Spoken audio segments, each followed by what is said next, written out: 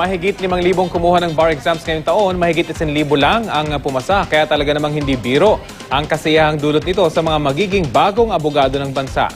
Agaw pansin naman ang kakaibang pangalan ng ilang bar passers. Balita hatid ni Lia Manyalak del Castillo.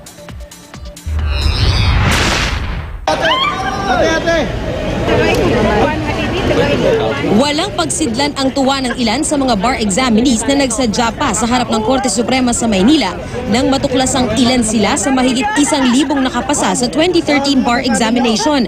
Hindi biro, lalo't mahigit 22% lang yan nang mahigit 5,000 kumuha ng exam. Sobrang saya, hindi makapaniwala. Sa wakas, tapos na rin.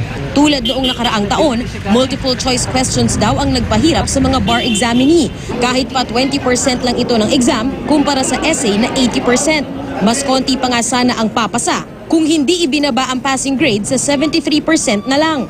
Had there been no adjustment, had it been strict 75, 694 would have passed. That would have constituted 13.13%.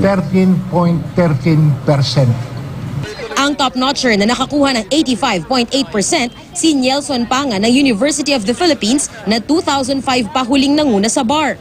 We really aimed for 100% this bar. Tsaka kasi syempre nandiyan na yung criticism na parang wala na, nalalaos na, tsaka hindi kayo bar-oriented law, which is fact din naman because we are trained to be great lawyers. Taga-UP rin ang number 2 na si Mark Xavier Oyales. Katay niya si Diana Luis Wilwaico ng Ateneo de Manila University. I hope they can draw strength and hope from the achievements of kung sino man yung mga taga-Waray din. So, dinidedicate ko sa kanila. Lutang yung feeling, but just thankful and blessed na pumasa nga. Pangatlo si Rudy Ortea ng University of Batangas, pang-apat si Eden Catherine Mopia ng UP, at panglima si Tercel Maria Mercado Gephardt ng University of San Carlos, Cebu.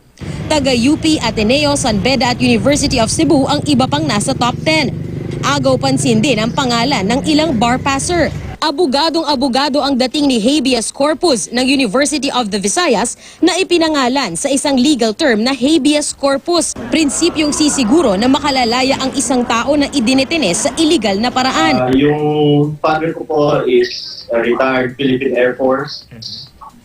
Tapos po, nung active pa po siya sa military, mga 1986 po, yung kasagsagan ng EDSA Revolution, anong pudita po kay President Cory, lagi po niyang nababasa yung writ of habeas corpus sa dyaryo. Yung lolo ko po, laging pinapaalala sa akin na paglaki ko, dapat maging abogado ako. Factor na rin po yung pangalan ko na habeas corpus nga po. Unforgettable din ang pangalan ni Nat King Coles. Siguro, Coles po yung namin yung surname. Siguro, isinabay na lang ang tatay na ginawa na lang Nat King. So ngayon po hindi na po singer si Nat King Cole, abogado na po siya. Siguro nga.